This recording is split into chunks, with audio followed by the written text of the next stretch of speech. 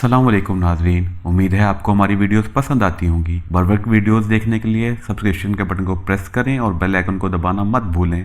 आइए चलते हैं अपने बकिया हिस्से की तरफ।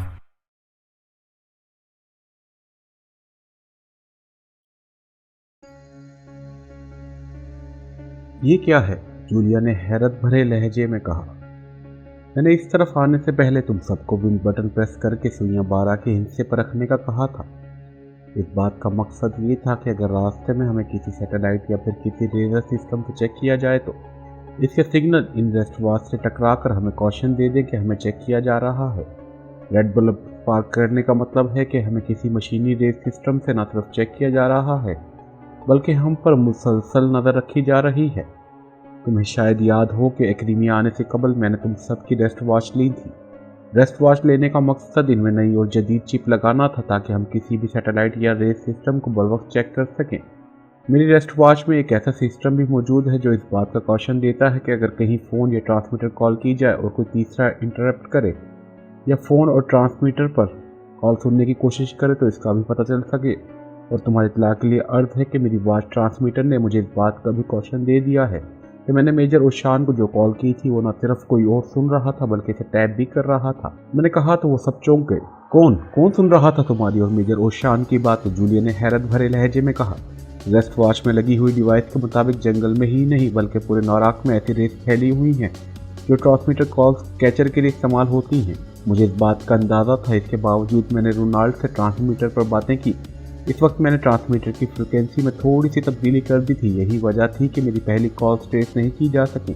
लेकिन जब मैंने मेजर ओशान से बात की तो कॉल कैच करने वाले सिस्टम ने भी अपनी फ्रिक्वेंसी को रीसेट कर लिया था। फ्रिक्वेंसी रीसेट करने के बाद मेजर ओशान को की जाने वाली कॉल कैच हो गई जिसका पता मुझे कॉल ख़त्म करने के बाद चला। मैंने कहा, तो तुमने ये बातें हमें पहले क्यों नहीं बताई? जूलिया ने मुझे घूरते हुए कहा। पहले भी बता देता तो तुमने इसी तरह मुझे घूरना था। मैंने मुस्कुराते हुए कहा, मैं इस वक्त मजाक के मूड में नहीं हूँ। हालात बेहद संगीन हैं। तुमने जो कॉल मेजर ओशान को की थी अगर वो कैच कर ली गई है तो फिर हम शदीद खतरे में हैं। इस वक्त ड्रग्स का एजेंसी हमारे पीछे है। अगर ये कॉल इन्होंने सुनी है तो फिर इन्हें इस बात का इल्म हो चुका है कि हम किस रास्ते पर हैं। वो किसी वक्त भी यहाँ पहुँच सकते हैं और ये लोग इस बार शायद कोई मौका ना दें और देखते ही हम पर हमला कर दें। जूलिया ने तशवीश भरे लहजे में कहा, अब जो होना था हो चुका। हम आगे जाएंगे या पीछे वो हमें हर सूरत फेर लेंगे, इसलिए हमें इनके हमले के लिए पूरी तरह से तैयार रहना होगा। हमारे पास इस जंगल के अलावा ऐसा कोई रास्ता नहीं है जहां से हम टोरंटो पहुंच सके। मैंने कहा, तो क्या हमारा डीएस एजेंसी से टकराव नागुदीर है? सॉले ने होंठ चबाते हुए कहा। इन हालात में तो यही कहा जा सकता है। मैंने कहा, तो फिर हमें अपना असला निकाल लेना चाहिए। ऐसा ना हो कि वो अचानक आ जाएं और हमें संभलने का मौका भी ना मिले। तनवीर ने कहा। गुड, पहली बार तुमने अक्लमंदी की बात की है। मैंने मुस्कुराते हुए कहा तो तनवीर मुझे घूर कर रह गया और फिर तनवीर ने फौरन जीप की निचली सीट के नीचे से असले का थैला निकाला और उसे खोलकर इसमें मौजूद असला निकालकर सबको देने लगा। अगर इन्होंने जीप पर मिसाइल फायर कर दिए फिर? सालिया ने कहा। फिर क्या, वही पुरानी बात के पुलाव खाएंगे अहबाब। लेकिन यहाँ तो हमारी लाशें भी गायब हो जाएंगी, इसलिए बेचारे पुलाव से भी महरूम हो जाएंगे। मैंने जवाब देते हुए कहा। लेकिन इस तरह तो हम अपना मिशन मुकम्मल ना कर सकेंगे, सफदर ने संजीदा लहजे में कहा। पहली बात तो यह है कि ये जीप बंद है, इसलिए वो जीप के अंदर चेकिंग नहीं कर सकेंगे और बाहर इन्हें सियाहती कंपनी का नाम लिखा हुआ नजर आ रहा होगा और इस इलाके में सियाहत के लिए ऐसी जीपें ही इस्तेमाल होती हैं।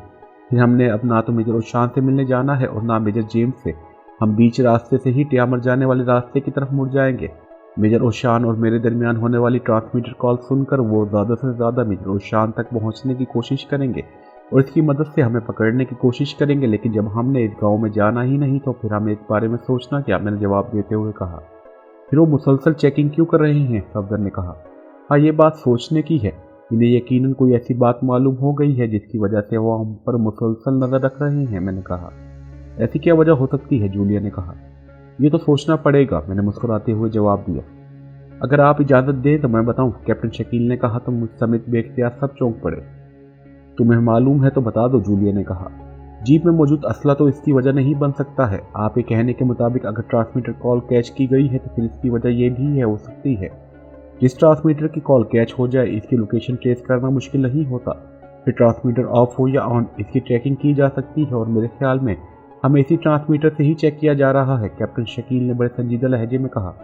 ओह, फिर तो वो हमें इस ट्रांसमीटर की वजह से कहीं भी आसानी के साथ ट्रेस कर सकते हैं, सफदर ने होंठ सुकेड़ कर कहा। हाँ बिल्कुल, कैप्टन शकील बोला। ओ, अगर ये बात दुरुस्त है तो फिर हम यकीनी खतरे से दो चार हो चुके हैं। वो हमें लाजमन होल्टन पहुंचने से पहले पहले ख़त्म कर देंगे, जूलिया ने कहा। साहब आप क्यों खामोश हैं, सफदर ने कहा। कैप्टन शकील की बात दुरुस्त है, ट्रांसमीटर ही हमारे लिए वबाल जान बना हुआ है। यही वजह है कि वो मुसलसल हमें चेक कर रहे हैं, मैंने बड़े इत्मीनान भरे लहजे में कहा। अगर ऐसी बात थी तो तुम्हें इसका कोई हल सोचना चाहिए था, जूलिया ने गुस्सीले लहजे में कहा। इस कदर ताकतवर रेज रोकने का कोई हल नहीं है, इसलिए मजबूरी है, मैंने कांधे उचकाते हुए कहा। फिर हम किस तरह टोरंटो पहुंचेंगे, सालिया ने इंतहाई तशवीश भरे लहजे में कहा। फिक्र मत करो, चेकिंग इंसान ही कर रहे होंगे और इंसानी नफ्सियात को सामने रखा जाए तो बेशुमार हल निकल आते हैं, मैंने जवाब देते हुए कहा तो सालिया होंठ भींचकर खामोश हो गई। थोड़ी देर बाद दूर से हेलीकॉप्टरों की मखसूस आवाज़ सुनाई देने लगी तो मैं चौंक पड़ा। वो शायद हेलीकॉप्टरों का स्क्वाड लेकर इसी तरफ आ रहे हैं, जूलिया ने कहा। हाँ, मैंने कहा और फिर मैंने तेजी से जीप को दाईं तरफ मोड़ा और घने दरख्तों में लेता चला गया। चलो जल्दी उतरो जीप से, मैंने जीप का इंजन बंद करके जीप से उतरते हुए कहा तो वो सब तेजी से नीचे उतर आए। असला और बाकी सामान उतारो, इस जीप को झाड़ियों और दरख्तों के पत्तों में छुपा दो, मैं तब तक ट्रांसमीटर पर कोई इंतजाम करके आता हूँ, मैंने तेज तेज बोलते हुए कहा और फिर मैं तेजी से मुड़ा और इस तरफ दौड़ता चला गया। मुझे दूर जाते देखकर इन सब ने जीप से असले और दूसरे सामान के थैले निकाले और इन्हें लेकर दूर हटते चले गए। असले के थैले दूर पहुंचाकर वो वापस जीप की तरफ आए और फिर इर्द गिर्द मौजूद झाड़ियों उखाड़ कर जीप पर डालने लगे। वहाँ दरख्तों के गिरे हुए पत्तों की भी बहुतायत थी, इनके हाथ तेजी से चल रहे थे और जीप इन झाड़ियों और पत्तों में छुपती चली जा रही थी। हेलीकॉप्टरों की आवाज़ें तेज से होती जा रही थी। थोड़ी देर बाद में वापस आ गया। चलो हमें इसी जीप से भी दूर हटना होगा। हेलीकॉप्टरों से अगर इन्होंने सर्च लाइटों के साथ सर्च रेस का भी इस्तेमाल किया तो ये जीप आसानी से ट्रेस हो जाएगी और वो इसे मिसाइलों से उड़ा देंगे, मैंने कहा और फिर हम दरख्तों के पास आए जहाँ इन्होंने असला और दूसरे सामान के थैले रखे हुए थे। थैले उठाकर वो मेरे साथ सड़क के दूसरी तरफ आकर जंगल में दौड़ने लगे। घना जंगल होने की वजह से वहाँ अंधेरा था, लेकिन कहीं कहीं से अभी हल्की हल्की रोशनी आ रही थी, इसलिए हमें रास्ता देखने में कोई दुश्वारी नहीं आ रही थी। अभी हम थोड़ी दूर ही गए थे कि अचानक माहौल तेज और इंतहाई जोरदार धमाकों से गूंज उठा।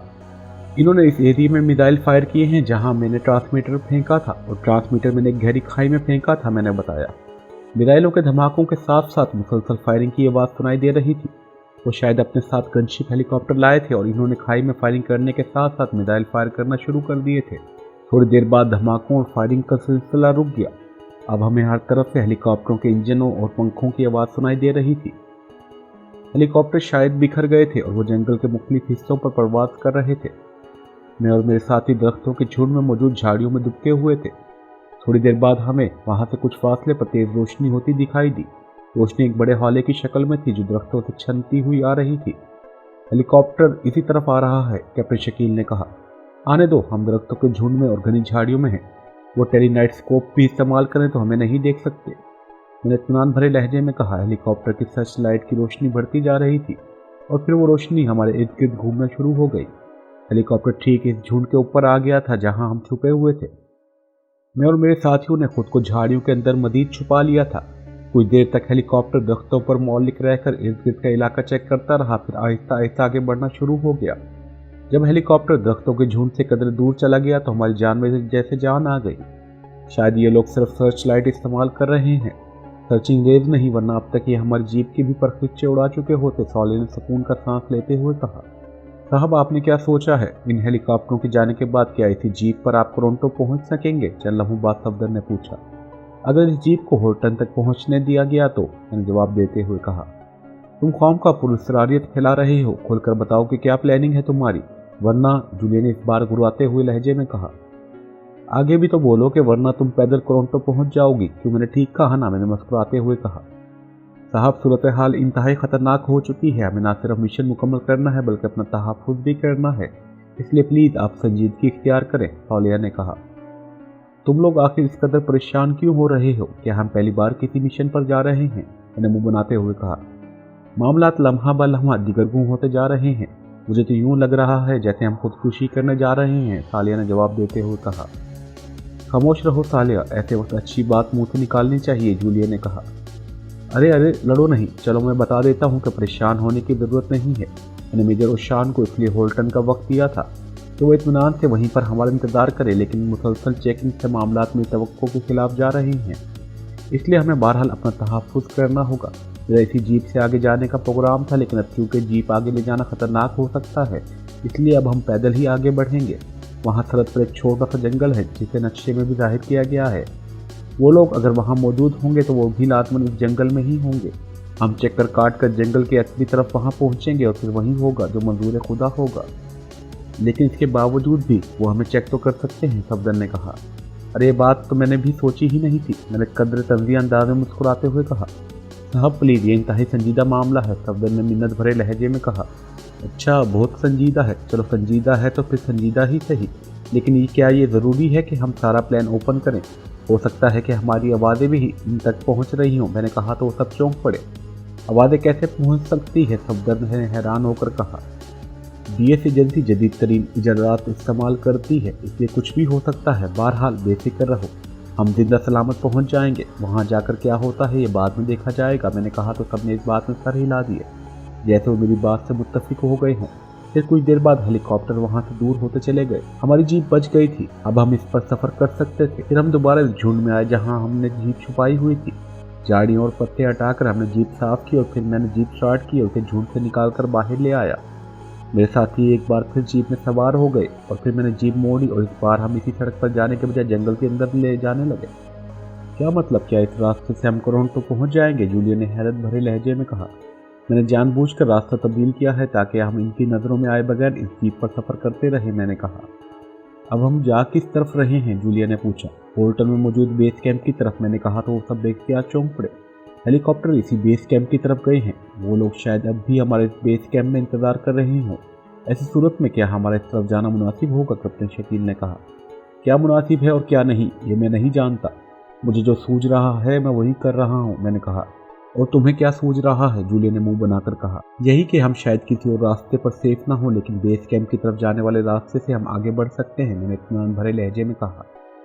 अगर इन्होंने हमें चेक कर लिया तो? सफदर ने कहा। हम बेस कैंप से दूर जीप छोड़ देंगे और फिर पैदल आगे जाएंगे। दरख्त और घनी झाड़ियाँ हमारे काम आएंगी, लेकिन वो हमें दूरबीनों से चेक कर सकते हैं, सफदर ने कहा। फिर क्या हुआ? तुम सब इस तरह घबरा रहे हो जैसे तरबियत याफ्ता होने के बजाय छोटे बच्चे हो। जो होगा देखा जाएगा, हमने बहरहाल मिशन मुकम्मल करना है। खामोश बैठे रहने वाले तनवीर ने अचानक बोलते हुए कहा तो सब देखते आज चौंक पड़े।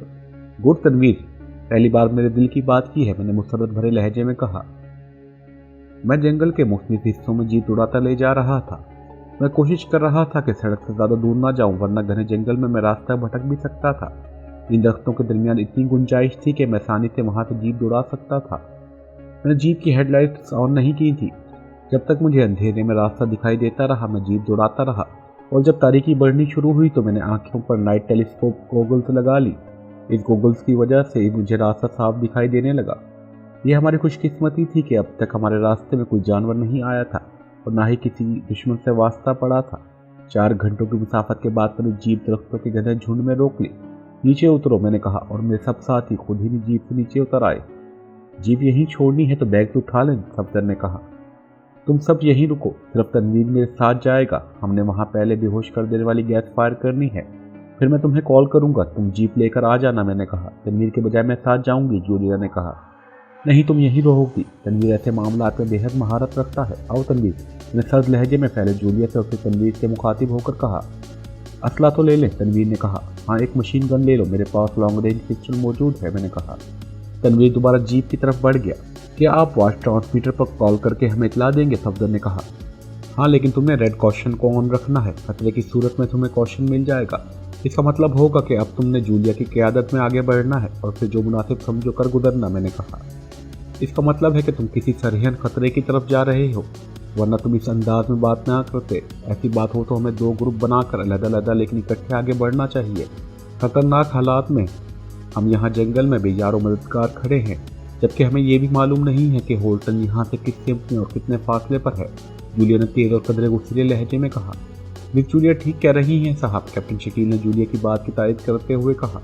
मैं भी मिस जूलिया की बात की तारीफ करता हूँ, सफदर ने भी फौरन जूलिया की बात की तारीफ करते हुए कहा।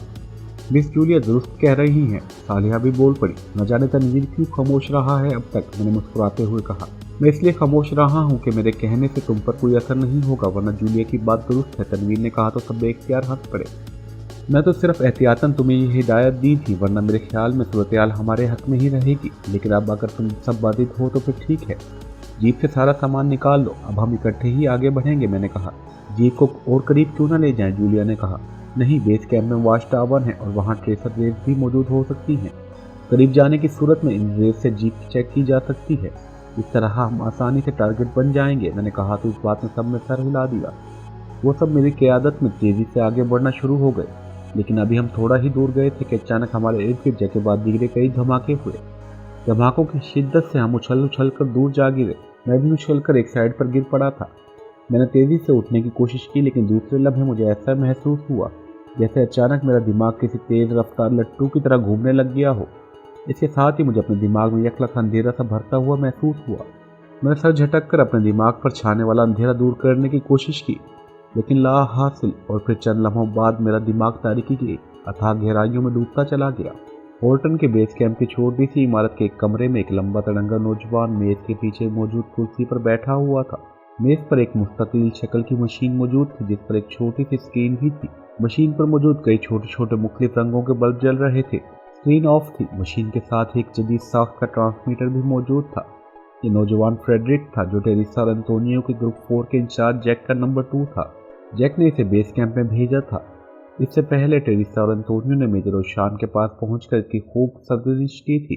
पहले तो मेजर ओशान ने इनकी कोई भी बात मानने से इनकार कर दिया था, लेकिन जब टेरेसा ने इसे मेरे साथ होने वाली इसकी बातचीत सुनाई तो वो खामोश हो गया।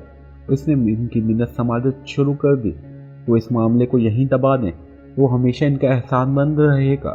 टेरेसा और एंटोनियो ने इसे इस बात पर मजबूर किया कि वो इस सेटअप को ऐसे ही चलने दे, लेकिन अब इस मामले को वो और इसके साथ ही कंट्रोल करेंगे। वो पाकिस्तानी एजेंटों को हर सूरत में घेर कर हलाक कर देना चाहते थे। मेजर ओशान के पास इनकी बात मान लेने के सिवा कोई चारा न था। चुनांचे टेरेसा और एंटोनियो ने बेस कैंप का चक्कर लगाया और इर्द गिर्द के जायजा लेकर मजीद इंतजाम किए। फिर इन्होंने जैक के साथ फ्रेडरिक को यहाँ तैनात कर दिया। टेरेसा और एंटोनियो ने इसे चेकिंग के लिए एक स्पेशल मशीन भी फराम कर दी थी। जैक और इसके साथ ही टेरेसा और एंटोनियो के साथ हेलीकॉप्टरों में जंगल की सर्चिंग कर रहे थे। इन्होंने इस ट्रांसमीटर को चेक कर लिया था जिसकी कॉल कैच की गई थी। इस ट्रांसमीटर के सिग्नल्स को फॉलो करते हुए वो हेलीकॉप्टरों पर मुसलसल इस तरफ बढ़ रहे थे और फिर इन्होंने एन इस जगह फायरिंग करने के साथ साथ मिसाइल बरसाने शुरू कर दिए थे जहां इन्हें ट्रांसमीटर की मौजूदगी का इल्म हुआ था। मुसलसल और काफ़ी देर फायरिंग और मिसाइल फायर करने के बाद इन्होंने हेलीकॉप्टर नीचे उतार कर इस सारे इलाके को चेक किया तो ये देखकर इन्हें शदीद मायूसी का सामना करना पड़ा कि इन्होंने एक खाई को निशाना बनाया था जहां मौजूद इस ट्रांसमीटर को फेंका गया था। शायद पाकिस्तानी एजेंटों को इस बात का इल्म हो गया था कि इस ट्रांसमीटर की वजह से इन्हें ट्रेस किया जा रहा है, इसलिए इन्होंने ट्रांसमीटर को खाई में फेंक दिया। टेरेसा और एंटोनियो और जैक ने हेलीकॉप्टरों की हैवी सर्च लाइट ऑन करके इर्द गिर्द के इलाके को चेक किया था, लेकिन इन्हें ना तो वहाँ कोई चीज़ मिली थी और ना कोई इंसान, इसलिए वो पूरी तौर पर वापस बेस कैंप पहुँच गए थे। फ्रेडरिक इत्मीनान भरे अंदाज में बैठा हुआ था कि अचानक ट्रांसमीटर पर कॉल आना शुरू हो गई। फ्रेडरिक ने चौंक कर हाथ बढ़ाया और ट्रांसमीटर का बटन ऑन कर दिया। Hello hello, Feller calling, over. Transmitter से एक मर्दाना आवाज़ सुनाई दी। Yes Frederick, attending you. क्या रिपोर्ट है? ओवर, फ्रेडरिक ने कहा। बॉस, जब मैडम टेरेसा, बॉस एंटोनियो और उनके साथी हेलीकॉप्टर में वापस आए थे, इन्होंने मुझे एक हेलीकॉप्टर में सर्च रेस ले जाने का हुक्म दिया ताकि मैं सर्चिंग लाइट और सर्चिंग रेस से जीप का पता लगा लूँ। मैंने हेलीकॉप्टर इंतहाई बुलंदी पर रखा हुआ था क्योंकि सर्चिंग रेस ज़्यादा से ज़्यादा बुलंदी पर भी काम करती हैं। बहरहाल मैंने जंगल में जाकर सर्चिंग रेस ऑन की तो मुझे जंगल में एक जीप दिखाई दी। ये जीप किसी सियाहती कंपनी की है, इसके अलावा और कोई जीप भी जंगल में मौजूद नहीं है। ओवर, फेलर ने जवाब देते हुए कहा तो फ्रेडरिक चौंक पड़ा। तुम्हें तो इन्होंने मार्क नहीं कर लिया? ओवर, फ्रेडरिक ने कहा। नो बॉस, मैं इससे काफ़ी बुलंदी पर हूँ, इन तक तो शायद मेरे हेलीकॉप्टरों की आवाज़ भी नहीं पहुँच रही होगी। ओवर, फेलियर ने जवाब देते हुए कहा। इस जीप का रुख किस तरफ है? ओवर, फ्रेडरिक ने पूछा। वो जंगल के अंदर बढ़ रही है और इसकी हेडलाइट्स भी ऑफ हैं और जिन रास्तों पर भी वो सफ़र कर रही है इसके मुताबिक ये लोग होल्टन के बेस कैंप की तरफ बढ़ रहे हैं।